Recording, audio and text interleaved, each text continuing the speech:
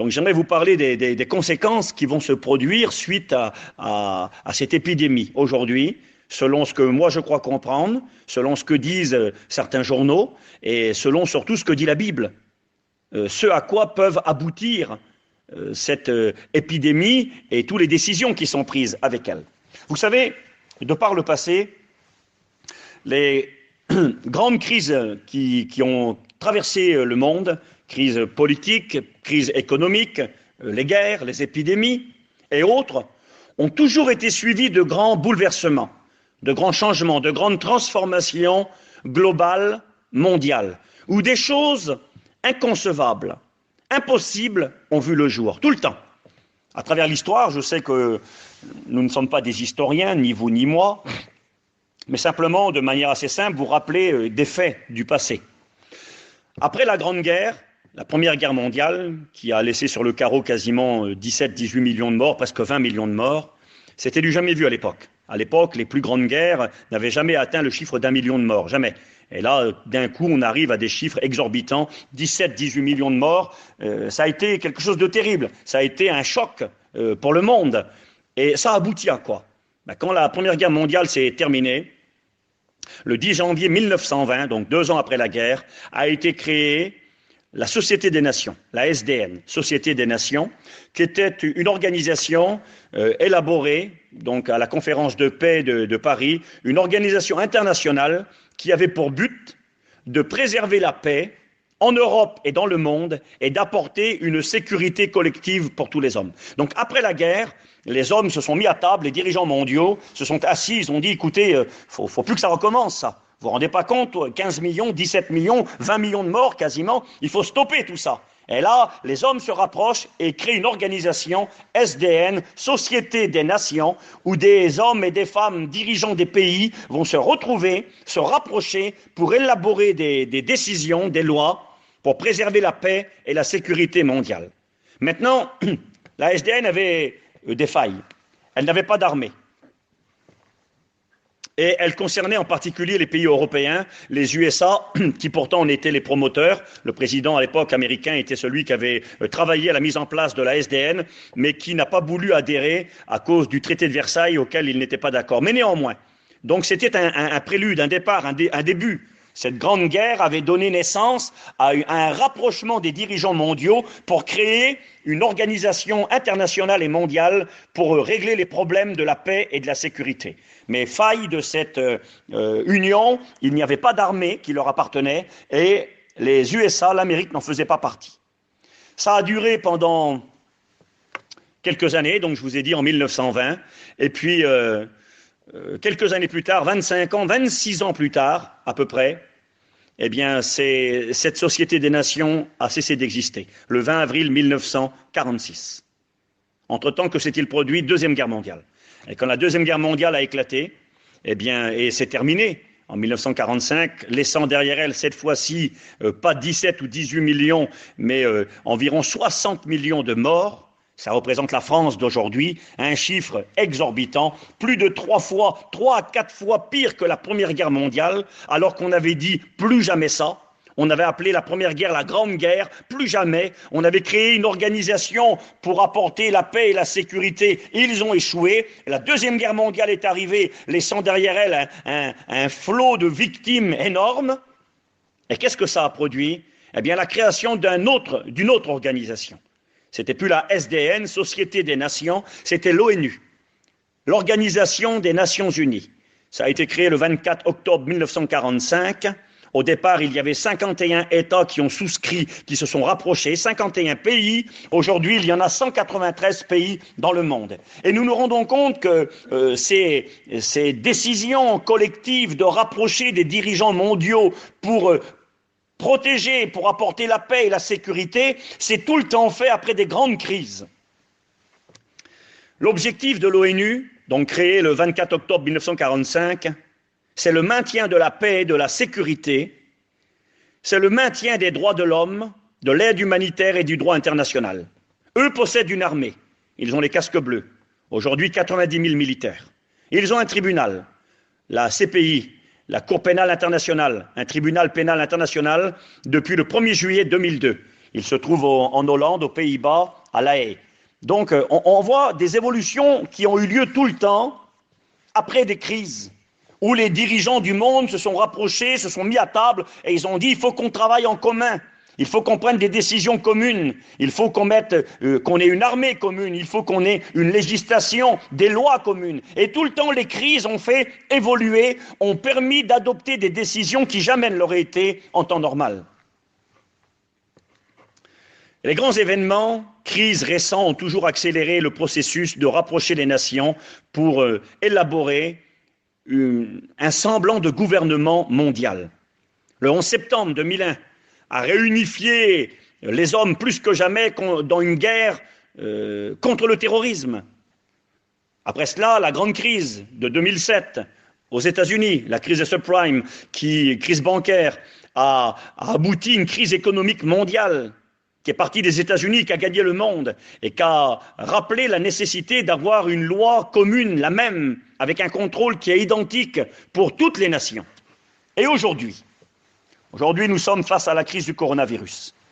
La moitié de la Terre est confinée, c'est-à-dire obligée de rester chez soi sans pouvoir bouger. Plus de 3 milliards d'êtres humains, du jamais vu. Des personnes âgées pourraient vous parler de la Deuxième Guerre mondiale. Même pendant la Deuxième Guerre mondiale, ça n'a pas existé. On n'a pas confiné des gens chez eux pendant des semaines et des semaines sans qu'ils puissent n'en sortir. Ça n'existait pas.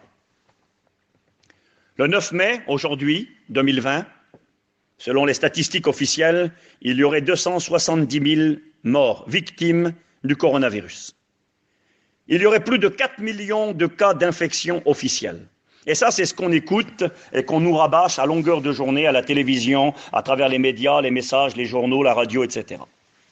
Alors, vu comme ça, rapidement, je vais vous montrer que cette crise d'aujourd'hui a pour objectif de nous amener encore plus loin dans l'établissement, comme ça l'a été après la Première Guerre mondiale, après la Deuxième Guerre mondiale. Il y a eu des pas qui ont été faits, des pas de géants, des choses qui auraient été invraisemblables, impossibles, mais qui sont devenues possibles. Les hommes ont accepté à renoncer à leur souveraineté, à leur autorité, à renoncer à leur pouvoir au nom de la paix et de la sécurité. Et chaque crise a fait évoluer les choses.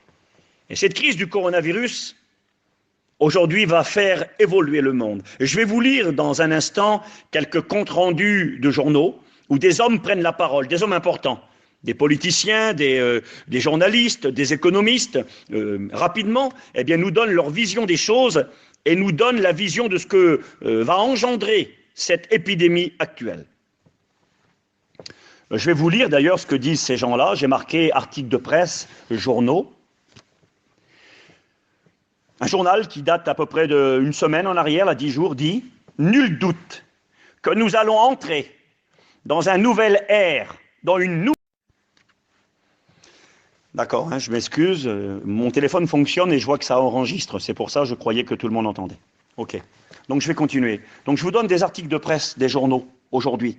J'aimerais vous faire comprendre à travers ce message de ce soir, ma vision de ce qui arrive aujourd'hui, selon la Bible, et de ce sur quoi eh bien, ça devrait aboutir selon la direction, selon la compréhension, pas forcément de chrétiens, mais même des hommes du monde.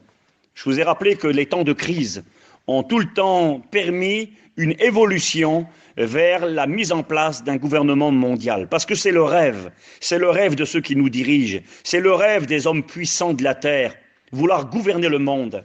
Rappelez-vous Hitler, son but était de conquérir le monde, Napoléon, Charlemagne, le rêve était de conquérir l'humanité. Hitler voulait faire un empire qui durerait 1000 ans, une espèce de millénium. C'était son objectif. Et donc tous ces hommes eh bien, qui dirigent le monde et qui ont du pouvoir eh bien, ont la prétention, le désir et le vouloir d'établir une autorité mondiale. Pas simplement être un roi, un président, un empereur qui dirige un empire, mais être le roi de toute la terre. Pour l'instant, dans l'histoire humaine, il n'y a eu qu'un seul homme qui a été roi de toute la terre. Il faut retourner à l'origine de l'humanité, après le déluge, cet homme qui s'appelait Nimrod, qui signifie le rebelle, et qui s'est révolté contre l'autorité de Dieu, et qui a réussi à amener les hommes avec lui dans sa révolte. Il a construit de nombreuses villes, dont Babel, qui signifie la confusion. la porte des dieux. Et cet homme s'est révolté, rebellé contre Dieu. Et il a réussi à rassembler tous les hommes derrière lui. Et c'est là que Dieu a arrêté cette révolte. Dieu a amené justement la confusion des langues, il a confondu les langues pour qu'il y ait cette dispersion de cette humanité qui était unie derrière un seul homme, un dictateur, un despote qui se dressait en face de Dieu. Il est dit de cet homme que c'était un vaillant chasseur en face de l'Éternel. Il se tenait face à Dieu avec arrogance et mépris, et il avait réussi à rassembler les hommes derrière lui. Et depuis ce jour où Dieu est intervenu, confondant les langues à Babel, eh bien depuis ce jour, le rêve des gens qui dirigent le monde, et derrière eux le rêve du diable, c'est d'instaurer un royaume mondial où Satan eh bien, aurait l'autorité et où le monde se prosternerait derrière lui.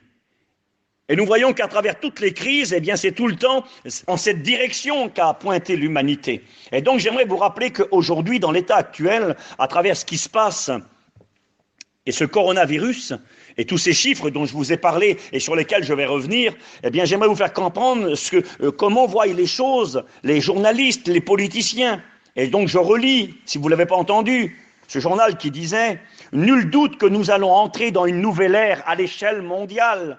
La pandémie de coronavirus est le plus important développement du XXIe siècle.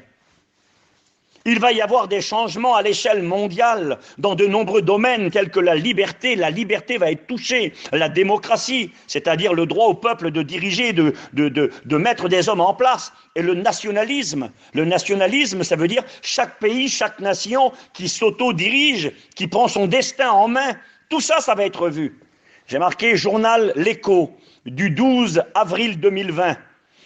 Il est écrit ceci: la gravité de cette fracture, de ce qui arrive aujourd'hui, ne sera visible que dans les semaines et les mois à venir et jettera des bases d'un futur nouvel ordre mondial. Vous pouvez lire le journal L'Écho du 12 avril 2020.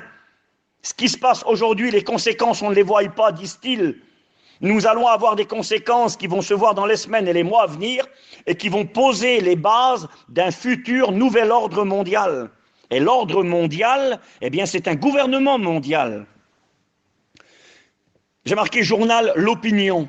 C'est le nom du journal, L'Opinion, du 7 avril 2020. Un homme qui s'appelle Henry Kissinger, politologue, diplomate juif américain, 56e secrétaire d'État des États-Unis, prix Nobel de la paix. C'est lui qui parle. C'est un homme d'âge, il a 96 ans aujourd'hui. Il a traversé les guerres, il connaît plein de choses. C'est un juif très intelligent. Écoutez ce que dit cet homme. Lisez-le l'article. Voilà, je m'excuse, je suis coupé, c'est dommage, appuyez pas sur le bouton, c'est gentil, merci. Henry Kissinger a dit cette parole. La pandémie de coronavirus modifiera à jamais l'ordre mondial, c'est-à-dire le gouvernement mondial. Le monde d'après, dit cet homme, ne sera plus jamais comme avant. Le monde après l'épidémie de coronavirus, dit-il, ne sera plus jamais comme avant. La pandémie va modifier à jamais l'ordre mondial. Paris Match, c'est un journal qui est connu en France. Si la menace du virus est, espérons-le, temporaire, les bouleversements politiques et économiques qu'elle a déclenchés pourraient s'étaler sur plusieurs générations. Aucun pays seul ne pourra s'en sortir, même pas les Américains. Il faut une vision commune et un programme de collaboration internationale.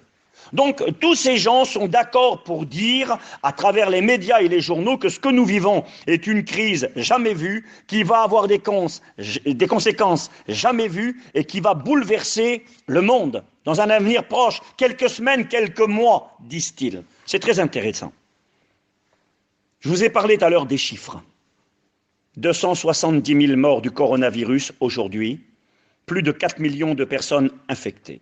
J'ai marqué, mais que veulent dire ces chiffres? Quand on écoute ça, 270 000, on panique, on a peur, on tremble. Au niveau mondial, on est presque 8 milliards d'êtres humains. Plus de 4 millions d'infectés, mais qu'est-ce que ça veut dire? Est-ce que ces chiffres justifient les mesures qui ont été adoptées, qui paralysent des pays, qui confine des milliards de personnes chez eux, plus de la moitié de la Terre est confinée, qui paralyse des économies, qui va faire couler des systèmes banquiers avec des conséquences terribles. Les conséquences économiques demain seront pires que les conséquences sanitaires de la maladie elle-même. Il y a des gens qui vont perdre leur travail, qui vont perdre leur situation, qui ont des crédits à payer, qui n'arriveront pas à s'en sortir. Il y aura des suicides, une grande panique, une terreur mondiale. On nous en parle constamment. Alors j'ai voulu en savoir plus. Je me suis mis un petit peu à rechercher et j'ai voulu savoir quel était l'âge des personnes qui étaient mortes. Sur les 270 000 victimes, quel était l'âge moyen? Quel était l'âge de ces personnes, Zinda, qui sont parties malheureusement? L'âge moyen des personnes mortes de ce virus est 86 ans. Écoutez-moi bien, frères et sœurs, 86 ans. J'ai regardé en France, il y a eu environ, un petit peu plus, mais environ 25 000 morts du coronavirus. 75% étaient âgés de plus de 75 ans, soit 3 sur 4, ce qui vous fait qu'il reste environ 6 000 personnes, environ, de moins de 75 ans qui sont morts de cette maladie. Sur ce chiffre, les personnes n'ayant pas de problème de santé, écoutez bien, graves, tels que le diabète, insuffisance cardiaque, problème d'obésité, problème que l'on peut avoir, être malade, eh bien, dans ces 25 000 morts en France, parmi ceux qui sont morts et qui étaient en bonne santé, âgés de moins de 65 ans, eh bien, les chiffres officiels sont ceux-ci, je les ai retrouvés, 2,5% des 25 000 morts. Ça fait à peine 625 personnes. Écoutez où je vais en venir. Sur les personnes en bonne santé de moins de 65 ans, en France, il y en a un peu plus de 600 seulement qui sont morts. Excusez-moi, c'est grave, bien sûr que c'est grave, 600 personnes qui meurent. Une personne qui meurt, c'est grave. Mais 625 personnes qui meurent par rapport aux chiffres de morts normaux en France, excusez-moi de dire ça, mais c'est rien. En temps normal, il y a en France, j'ai regardé, année 2018-2019, 1689 morts par jour, à peu près 1700 morts. Le coronavirus a frappé 625 personnes en bonne santé qui ont quitté la Terre. C'est rien, rien, rien. Ça fait à peine un tiers de ce qu'il y a comme morts en une journée en France.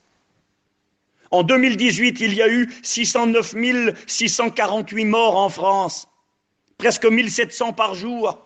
C'est rien, les chiffres là.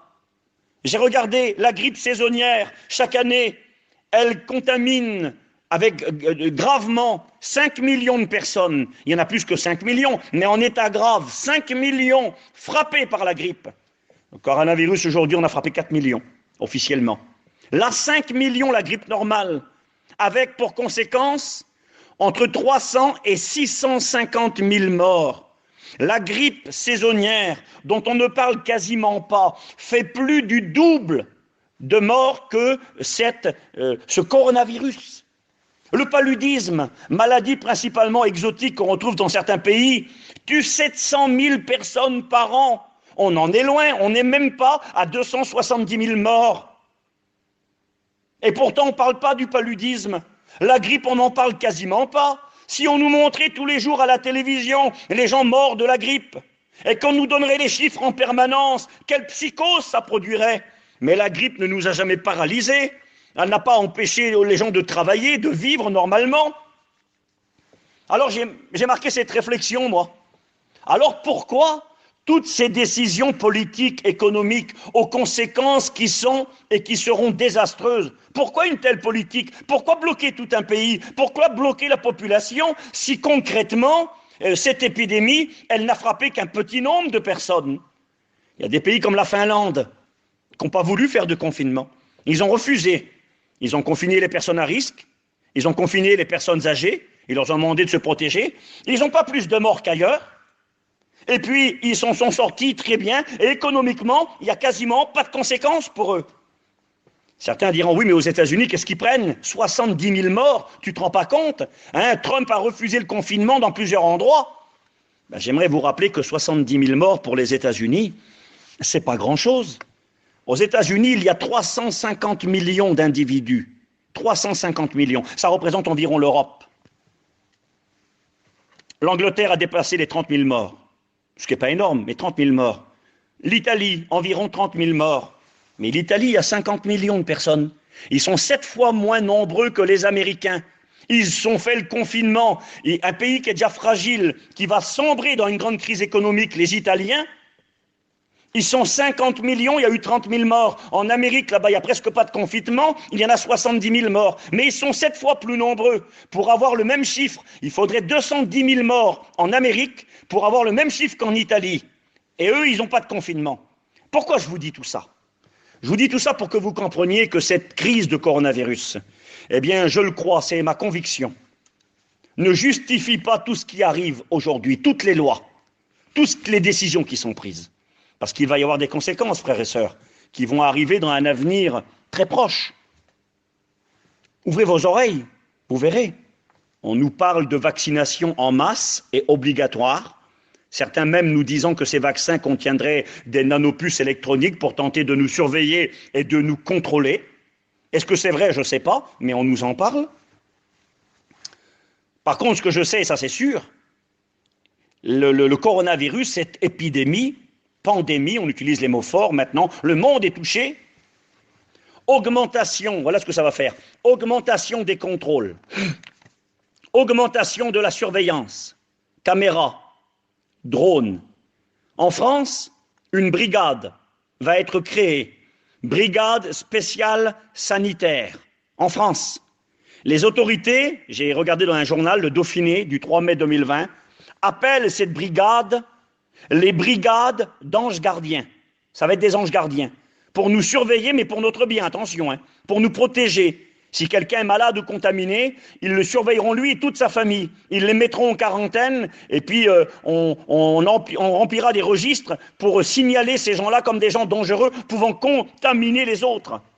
Une application en France. Hein, on en écoute parler. On veut mettre en place une application pour contrôler et pour surveiller les malades. On appelle ça le Stop Covid, tracking. Alors on dit ne vous inquiétez pas, elle est là pour votre sécurité et elle sera provisoire. Une application sur le téléphone portable qui permettra que chacun soit suivi dans ses déplacements, qu'on sache qui est malade. Aux USA, en Amérique, avec Bill Gates, responsable de Microsoft, milliardaire, on parle de puces électroniques que la population devrait recevoir pour savoir qui est malade ou pas, mais juste pour le bien des gens. Lisez le journal CNews du 19 avril 2020 à 17h09. Il y a un ancien tennisman, joueur de tennis russe qui dira, Marat Safin, il dira « Nous nous promènerons bientôt avec des puces électroniques dans le corps ». C'est ce qu'on écoute parler. Restriction des rassemblements. On est frappé de plein fouet, nous, on s'en rend compte. Aujourd'hui, mais ça va continuer. Faut diminuer les rassemblements et les déplacements. J'ai marqué, nous sommes touchés de plein fouet. Voyage limité, très difficile, pas de convention, pas de retraite spirituelle, pas de mission, église fermée, jusqu'à quand on ne sait pas. Du jamais vu même pendant la guerre. Contrôle par le biais des téléphones portables et des bornes de téléphone pour voir les déplacements de chacun. J'aimerais vous dire, frères et sœurs, c'est ce que je crois. Je crois que tout ce qui arrive actuellement, je crois qu'il y a bien une épidémie. Je ne suis pas naïf, j'ai moi-même, je le pense, été malade à travers ce virus, pas à en mourir, disons une grippe pendant 12 jours, maux de tête et puis une toux prononcée, enfin voilà, j'ai eu quelques petits soucis, mais pas grave, et d'autres autour de moi, moins que moi encore.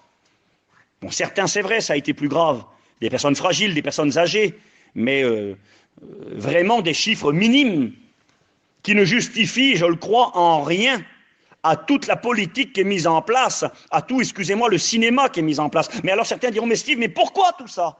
Pourquoi tout ça? Mais ma conviction est celle-ci.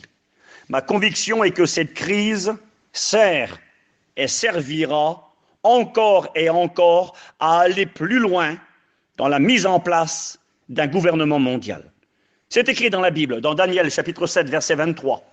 Il est question d'un empire qui gouvernera le monde, dirigera le monde. C'est marqué comme ça.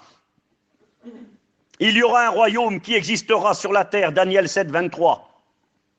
Différent de tous les royaumes, il dévorera toute la terre, la foulera et la brisera.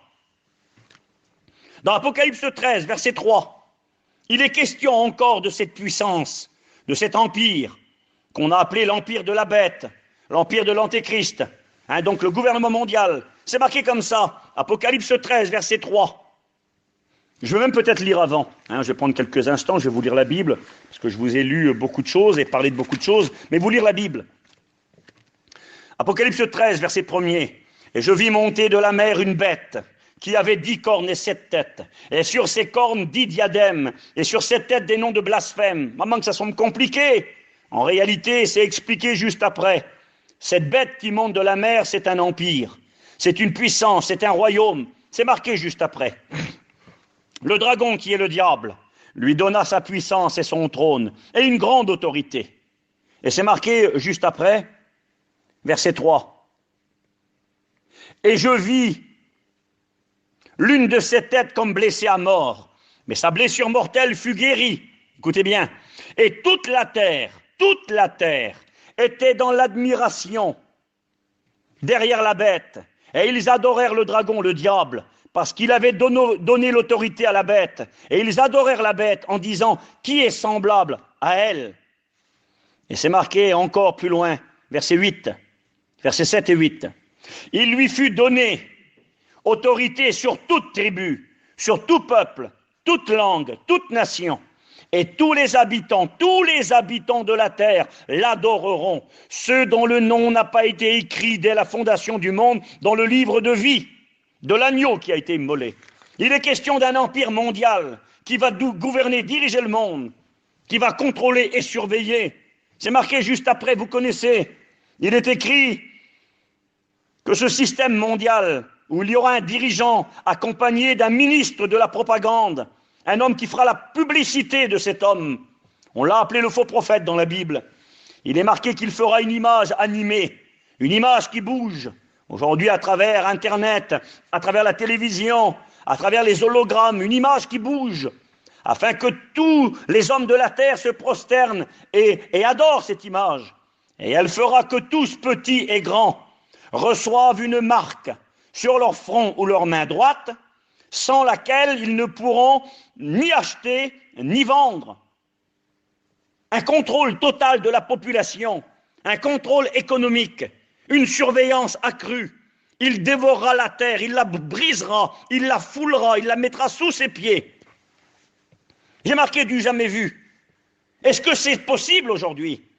J'aimerais vous rappeler que le monde attend son roi. Le monde attend ce leader, ce dirigeant mondial, aspire à la création d'un gouvernement mondial. Et les élites qui nous dirigent, nous le savons, préparent cet avènement. C'est marqué dans le 2 Thessaloniciens chapitre 2 verset 9. L'apparition de cet impie, le mot apparition c'est le mot avènement, c'est le même mot qui est utilisé pour le retour du Seigneur, pour la venue du Seigneur, la venue du roi. L'apparition de cet impie se fera par la puissance de Satan avec toutes sortes de miracles, de signes et de prodiges mensongers. Des mensonges, oui, des mensonges. Je crois que les informations et ceux qui nous dirigent, sont en train de nous désinformer, sont en train de manipuler l'information pour mieux nous contrôler. Nous faire croire des choses, créer une psychose générale. Vous allez en ville, vous ne mettez pas un masque, les gens vous regardent avec des gros yeux. Et puis demain, ça sera obligatoire. Se soumettre au système pour notre bien. La brigade des anges gardiens, une brigade sanitaire pour contrôler et surveiller tous les faits et gestes de chacun. Vous savez, il y a déjà bien longtemps, bien avant cette épidémie, vous n'avez pas attendu après moi, vous non plus, j'en suis convaincu. Mais moi, pareil, il y a bien longtemps que je sais que ces choses vont arriver. Je ne savais pas qu'il y aurait l'épidémie du coronavirus. Mais je savais que tout ce qui prend place au niveau mondial, que ce soit les attentats, que ce soit les épidémies, que ce soit les crises économiques de 2008 et tout ce que vous voulez, 2007 aux États-Unis, tout ça, est en train d'amener le monde dans cette configuration dont a parlé la Bible. Un gouvernement mondial qui va prendre place, et je n'entrerai pas dans les détails ce soir parce que je n'ai pas le temps, mais qui va prendre place après l'enlèvement de l'Église. Après l'enlèvement de l'Église. Et s'il fallait vous donner des preuves bibliques, je pourrais le faire. Apocalypse 6, Apocalypse 13, 2 Thessaloniciens chapitre 2, nous informe que ces réalités deviendront le partage de l'humanité après l'enlèvement de l'Église. Et c'est très intéressant pour nous d'avoir nos yeux ouverts sur ce qui prend place aujourd'hui, parce que ça nous permet à nous, en tant que sentinelles, de vous informer, de vous avertir que le matin arrive, que bientôt l'étoile brillante du matin va se lever, que Jésus va venir nous chercher, et qu'après la nuit, la lumière va jaillir pour nous, mais que pour ceux qui resteront, ce sera les ténèbres après les ténèbres, la nuit après la nuit, et le monde y va en courant. Il y a quelques années, j'ai eu l'occasion de lire un livre que l'on m'avait offert. Le titre de ce livre était « Le monde n'a plus de temps à perdre ». Je l'ai tout le temps. Et d'ailleurs, je le conseille à ceux qui veulent... c'est pas un livre chrétien, pas du tout. C'est un livre qui est le rapport d'une organisation qui s'appelle le Collegium International. C'est pas un livre chrétien. C'est un prédicateur qui me l'a donné à Perpignan. Et ce livre a été édité en 2012. Le titre « Le monde n'a plus de temps à perdre », donc c'était il y a 8 ans en arrière, appel pour un gouvernement mondial solidaire et responsable. Maman, pas rien le livre. Il se fait le porte-parole d'une association fondée en France en 2002, le Collegium International, qui est composé de personnes venant du monde entier, des 5 continents. Ce sont des philosophes, des scientifiques, des politiciens, des hommes très influents. Parmi ces gens-là, j'ai noté les noms. Le fondateur de cette association, c'était Michel Rocard, qui est décédé il y a 2 ou 3 ans en arrière, là, ancien Premier ministre français. Il était accompagné, et ces gens continuent le boulot aujourd'hui, de Richard von Weizsäcker, ancien président de l'Allemagne, Milan Kučan, ancien président de Slovénie, Stéphane Hessel, ambassadeur de France, Fernando Henrique Cardoso, président du Brésil, Bernard Millet, ancien secrétaire adjoint de l'ONU, Hamidou Abdallah, sous-secrétaire général des Nations Unies et ancien ministre de Mauritanie, Ruth Dreyfus, ancienne présidente de la Suisse, Ricardo Lagos, ancien président du Chili, Alpha Doumar, ancien président du Mali.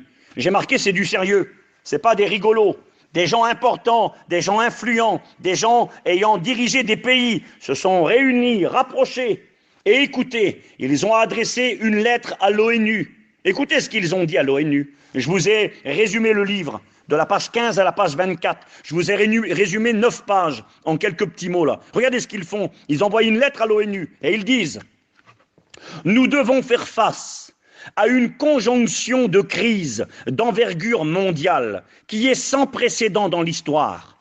Épuisement des ressources naturelles, dérèglement du système financier mondial, famine, pénurie, écoutez bien, pandémie.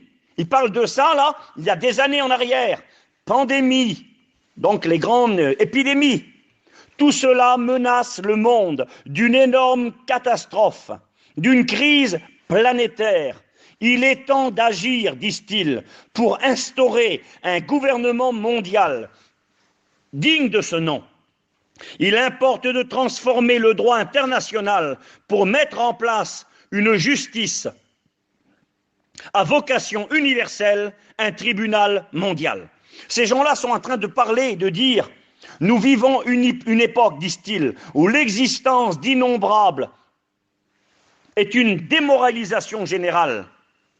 Nous devons agir maintenant. Il n'y aura pas de seconde chance. C'est l'urgence du maintenant. On n'a plus une seule journée à perdre. Nous devons déléguer à des organisations mondiales nos parts de souveraineté. C'est-à-dire, on doit accepter de mettre en place un gouvernement mondial. Michel Rocard a dit « L'humanité est en danger. Sa survie à l'échelle de plusieurs générations est menacée par des problèmes de différents ordres, écologie, violence, eau potable, alimentation. Pour toutes ces raisons, nous acceptons qu'une autorité nous dirige. » Ces gens-là sont en train, et depuis des années maintenant, le livre a 8 ans, en train de travailler et dire que la seule issue, et déjà ils parlaient des pandémies, c'est un gouvernement mondial. Je ne vous lis pas tout ce qu'ils ont dit. Vous lirez le livre si vous voulez chez vous. Nicolas Sarkozy, déjà, le 16 janvier 2009, il y a 11 ans, face à tous les ambassadeurs, a dit On ira ensemble vers le nouvel ordre mondial, vers un gouvernement mondial. Et personne, disait-il, je dis bien personne ne pourra s'y opposer. David Rockefeller, l'un des hommes les plus riches du monde, qui était responsable de grandes entreprises de pétrole, eh bien, a dit cette parole. Nous arrivons à l'émergence d'une transformation mondiale. Tout ce dont nous avons besoin, disait-il, c'est d'une crise majeure, une grande crise. Et le peuple acceptera le gouvernement mondial. Un homme qui s'appelait Robert Muller, qui était secrétaire de l'OTAN, a dit cette parole. Ancien assistant au secrétaire général de l'ONU, a dit « Dès que possible, nous devons arriver à élaborer un gouvernement mondial et une religion mondiale dirigée par un leader mondial. » J'aimerais quand même vous rappeler que là, au mois de mai, là, qui est passé là maintenant, là, c'était le 14 ou 15 mai, normalement, le pape devait se réunir avec les dirigeants du monde pour travailler à un respect, à revoir l'éducation de tous les enfants, respect de toutes les religions. On est tous frères, on ira tous au ciel. La Bible appelle ça la grande prostituée, je m'excuse, Apocalypse 17, où toutes les religions du monde se retrouvent ensemble et tout le monde va au ciel. Jésus a dit, je suis le chemin, la vérité et la vie. Et personne n'ira au ciel, personne n'ira au Père, si ce n'est par moi. Jésus est le seul chemin. Il est la vérité, il est la vie, et on ne peut pas être sauvé sans lui. Et là, aujourd'hui, le pape est prêt à concrétiser un pacte. Ça devait se faire au mois de mai. À cause du virus, c'est reporté au mois d'octobre, fin d'année. Mais le monde se prépare. Et Jacques Attali, alors je vais finir dans pas longtemps maintenant. Jacques Attali, un homme très influent, conseiller spécial de François Mitterrand de 81 à 91, fondateur de la Banque européenne, donc pas un rigolo le monsieur, premier président de la Banque européenne, consultant de Sarkozy, François Hollande également. C'est lui qui présentera Macron à Hollande et lui conseillera de l'intégrer à son équipe à l'Élysée en 2009. Il soutiendra Macron lors des présidentielles françaises. Un homme très important. Cet homme a dit ceci. Il a dit « Un gouvernement mondial est la seule entité apte à relever les défis titanesques que lance le XXIe siècle. Crise financière, bouleversement climatique, menaces nucléaires, guerre, famine, épidémie. Nous devons instaurer ce gouvernement mondial rapidement, avec une police et un tribunal mondial. Mettre en place un gouvernement mondial, ce n'est pas tellement compliqué, dira-t-il. Il faut 24 heures pour mettre cela en place. Il suffit de fusionner le G20, les 20 nations plus puissantes du monde, le Conseil de sécurité et le Comité de Fonds monétaire international, la Banque mondiale. L'OTAN sera notre armée. Jérusalem sera le dernier problème résolu. Et l'une des solutions, dit Jacques Attali, serait de conserver à Jérusalem un statut international et en faire la capitale de la planète unifiée autour d'un gouvernement mondial. Jacques Attali a dit, si un gouvernement mondial n'est pas mis en place, il y aura chaque jour des grandes catastrophes, car il faut une réglementation mondiale identique pour tous. Et il dit, ce n'est pas un rêve, il faudra certainement une grande guerre pour que cela arrive. Et le journaliste lui a dit, mais vous prophétisez des guerres? Il a dit oui. Il a dit, le gouvernement mondial est inévitable. La question est que si nous attendons de trop, et de savoir s'il arrivera avant ou après une catastrophe. Ça, c'est les dires du monsieur. Il y a déjà 2 ou 3 ans en arrière. Le monsieur annonce qu'il n'y a pas d'autre alternative. Le monde se prépare, et moi je crois que ce qui arrive aujourd'hui est en train de faire avancer et va faire avancer à pas de géant le monde dans cette direction. Je ne sais pas le jour et l'heure dans lequel le Christ reviendra pour nous chercher. Personne ne le sait. Mais je crois que le monde est mûr aujourd'hui et que la situation mondiale correspond exactement à celle dont parle la Bible pour l'émergence, la mise en place d'un gouvernement mondial. Les journaux en parlent, les hommes politiques aujourd'hui en parlent. Et cette crise qui va continuer en crise économique, c'est inévitable. Crise qui, comme je vous l'ai montré, ou essayé de vous le montrer, n'est à mon sens pas justifiée. On n'avait pas besoin de confiner toute la population, on n'avait pas besoin de bloquer tout le monde, au risque de faire couler l'économie mondiale. Et c'est vers là que nous allons, parce qu'à travers le chaos, à travers les situations très compliquées que sont la vie d'aujourd'hui et de demain, le monde acceptera l'inacceptable. Accepteront d'être suivis d'être surveillés, d'être contrôlés, et en plus remercieront les gens. C'est pas demain que vous allez voir dans les rues les gilets jaunes, c'est pas demain qu'on va voir les manifestations comme c'était le cas il y a 2 mois en arrière. Les gens qui manifestaient il y a 2 mois en arrière pour avoir la retraite à un âge plus tôt et conserver leurs droits, eh bien demain ils vont pleurer pour aller travailler parce que les entreprises, il y en a plein qui vont couler. La SNCF a annoncé une perte de plus de 1 milliard, 1,4 milliard, c'est énorme. Il va falloir travailler, ils vont devoir peut-être même licencier du personnel.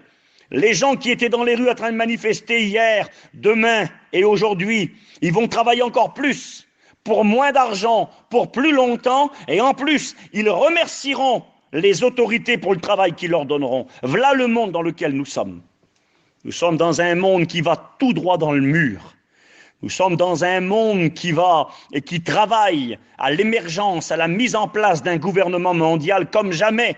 Vous savez, frères et sœurs, je vais terminer maintenant. Mais ce que je vous dis là ce soir, il y a déjà des années que j'ai compris que ces choses arrivaient. Vous savez, quand on va dans un endroit, une direction, et je vais vous citer un nom, on va à Paris, et puis on prend notre voiture et on roule. Eh bien, sur la route, il y a des panneaux indicateurs qui nous montrent direction Paris. Et puis plus on avance, eh bien on voit les panneaux. On est sur la bonne direction, direction Paris.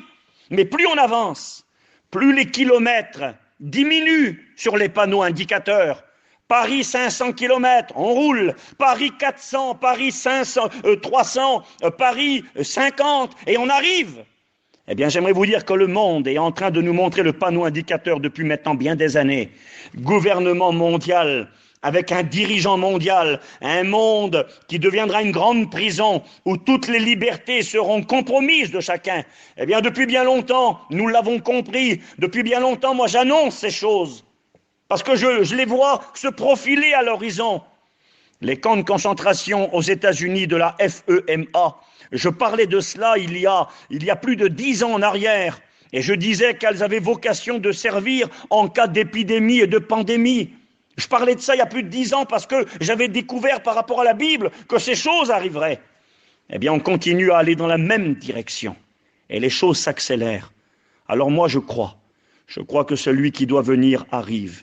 Pour le monde, leur libérateur, c'est l'antéchrist, c'est le dirigeant mondial qui vient, le représentant du diable sur la terre.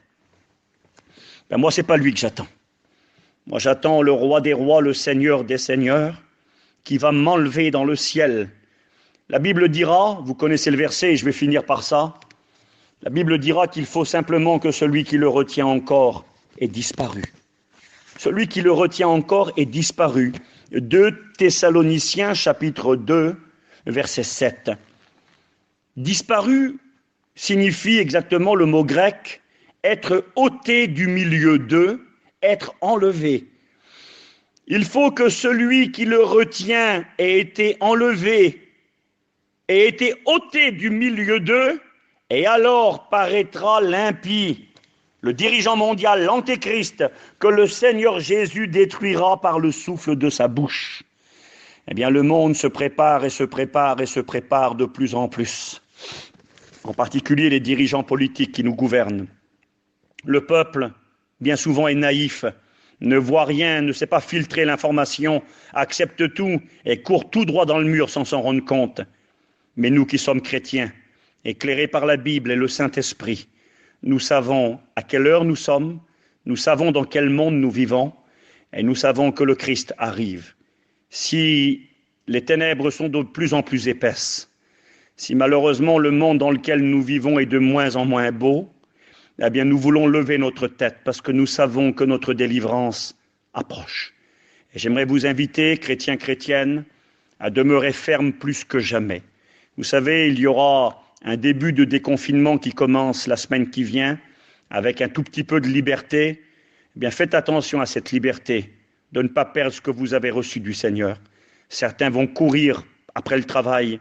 J'ai bien compris qu'on a des obligations, certains ont des crédits et ont besoin de gagner leur vie. Mais faites attention, frères et sœurs.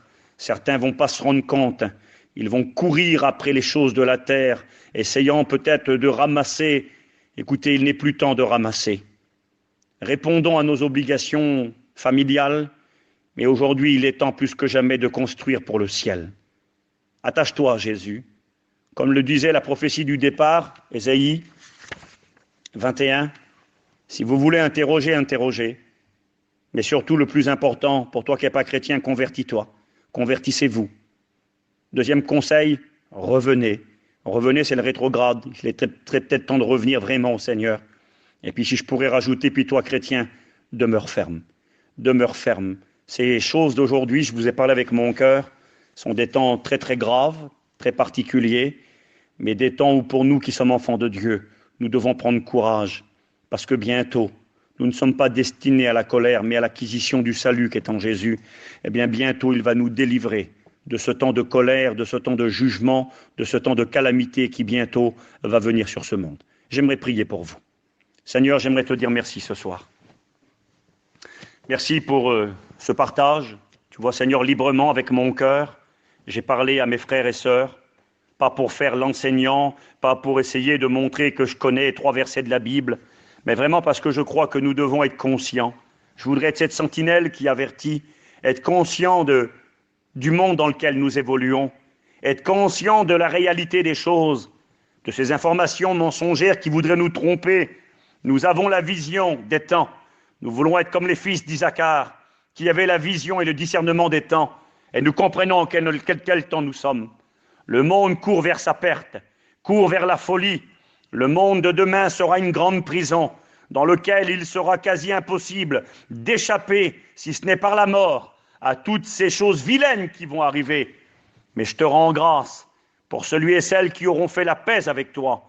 Eh bien, tu les enlèveras dans ton ciel de gloire avant la mise en place définitive de toutes ces choses. Seigneur, merci pour ta parole, merci pour ton Esprit Saint, et qu'à toi revienne toute la gloire dans le nom de Jésus.